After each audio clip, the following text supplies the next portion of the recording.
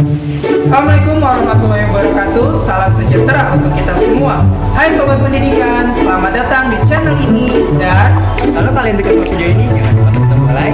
Kalau kalian tidak suka dengan video ini, silahkan klik tombol dislike. Lalu jangan lupa subscribe ini dengan cara klik tombol subscribe ke ini. Dan Sobat Pendidikan, jangan lupa klik tombol loncengnya untuk mendapatkan notifikasi channel YouTube kita. Belajar itu sangat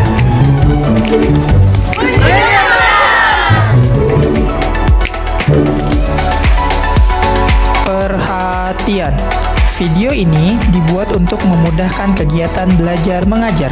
Silakan digunakan sebijak mungkin tanpa merubah atau mengganti konten video yang ada dalam video ini tanpa seizin channel ini. Selamat menyaksikan. Pengertian, tujuan, dan manfaat. Material atau wadah yang digunakan untuk melindungi, mengidentifikasi, dan mempromosikan produk yang dijual kepada pelanggan. Tujuan dan manfaat.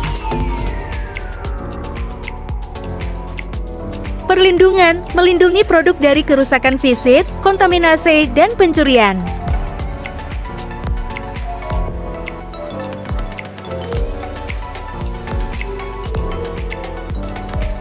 Promosi, menarik perhatian pelanggan dan mempengaruhi keputusan pembelian.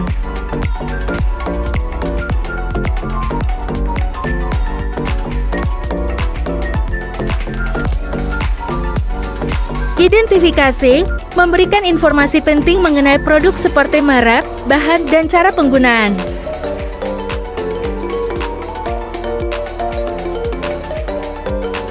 Prinsip-prinsip desain kemasan produk.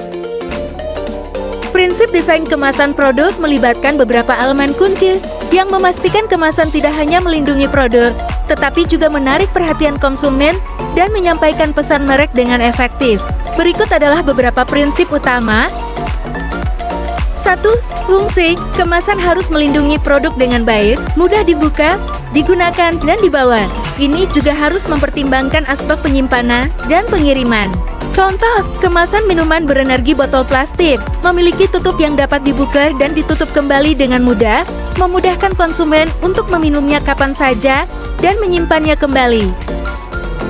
2. Estetika, desain kemasan harus menarik secara visual dengan penggunaan warna, gambar, font, dan layout yang tepat. Estetika kemasan berfungsi untuk menarik perhatian dan memikat konsumen di rak toko. Contoh bungkus permen Skittles menggunakan warna-warna cerah dengan desain yang playful, menarik bagi konsumen anak-anak dan remaja. Desain warna-warni dan menarik pada bungkus permen. 3. Informasi, kemasan harus menyampaikan informasi penting seperti nama produk, komposisi, cara penggunaan, peringatan, dan tanggal kedaluarsa dengan jelas dan mudah dibaca. Kemasan harus memberikan informasi penting mengenai produk. Contoh, kemasan sereal Nestle menyediakan informasi gizi, bahan-bahan, cara penyajian, dan klaim kesehatan di bagian depan dan belakang kotak. 4.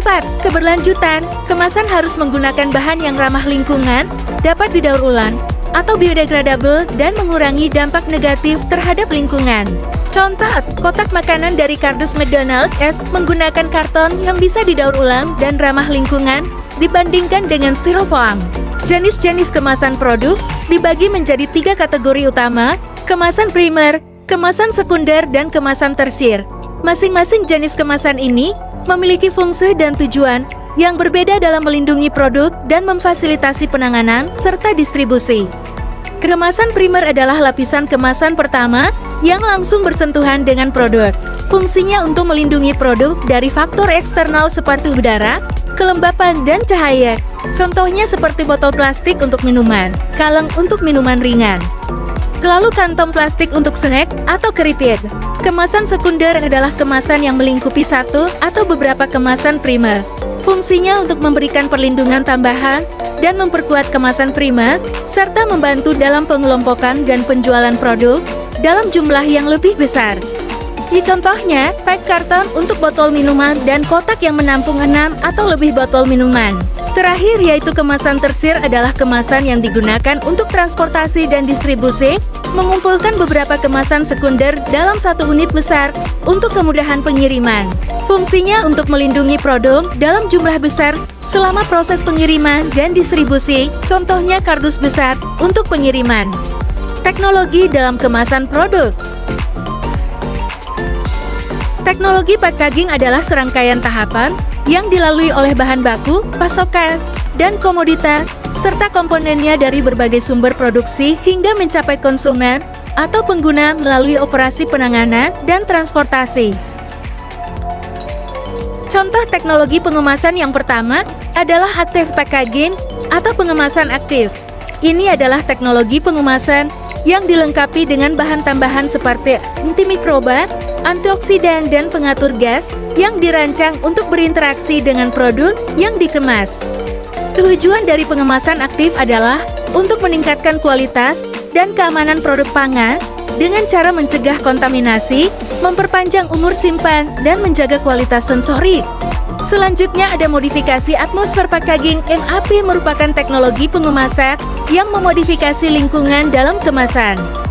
Teknologi ini mengubah komposisi udara di dalam kemasan dengan cara mengurangi konsentrasi oksigen dan meningkatkan konsentrasi karbon dioksida serta gas inert seperti nitrogen atau argon.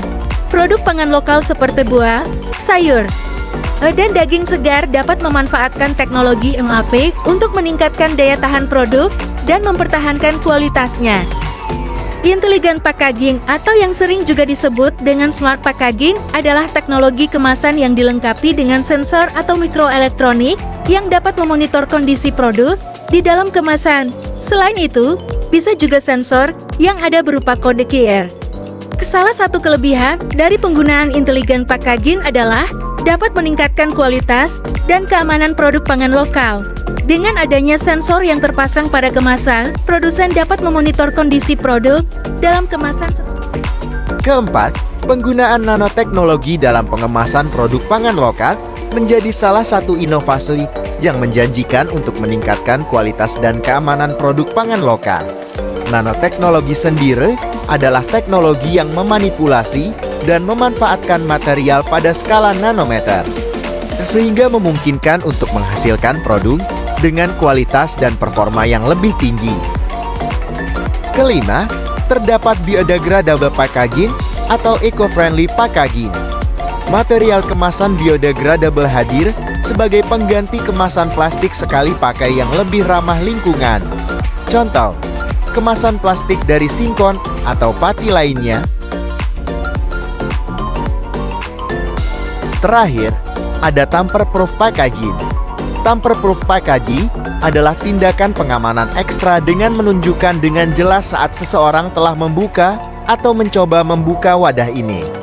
Tidak akan menghentikan seseorang untuk membuka kemasan, tetapi akan membuatnya sangat jelas bagi pengguna akhir yang dituju bahwa produk mereka telah digunakan. Apabila pengaman atau tamper-proof ini sudah terbuka. Di sini ada studi kasus mengenai kemasan Oreo di pasar Indonesia. Berikut ini ada latar belakang yaitu Oreo, merek biskuit terkenal, menghadapi tantangan di pasar Indonesia karena persaingan yang ketat dari merek lokal. Dan untuk memperkuat posisinya di pasar, Oreo melakukan perubahan pada desain kemasan dengan fokus pada daya tarik visual dan fungsionalitas kemasan. Tindakan yang diambil Oreo yang pertama yaitu redesain produk.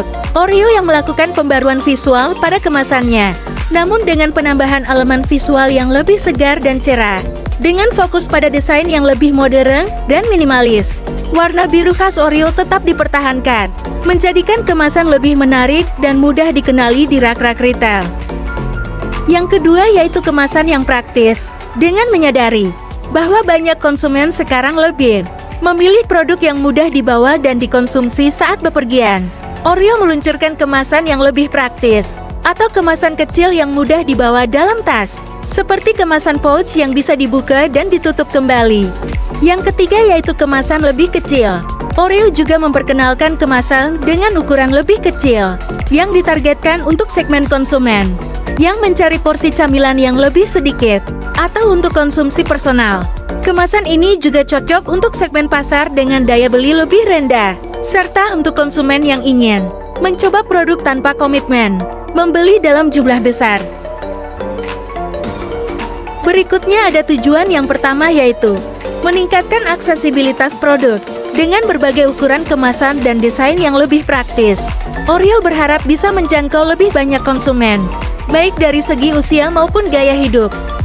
Yang kedua yaitu meningkatkan penjualan di lebih kecil atau yang menginginkan segmen yang berbeda.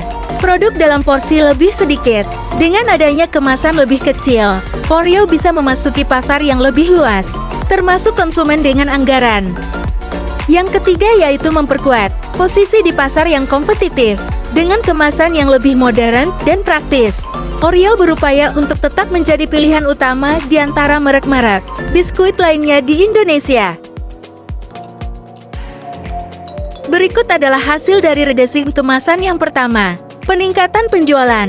Dengan kemasan yang lebih eye-catching dan informatif, konsumen lebih tertarik untuk membeli produk ini, sehingga terjadi peningkatan penjualan yang signifikan.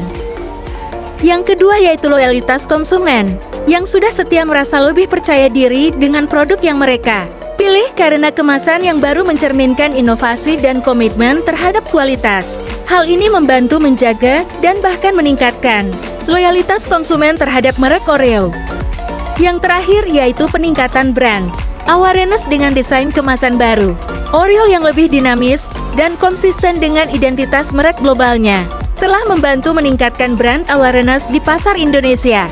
Kampanye pemasaran yang menyertai peluncuran kemasan baru ini juga membantu memperluas jangkauan dan memperkuat kesadaran merek di kalangan konsumen yang lebih luas.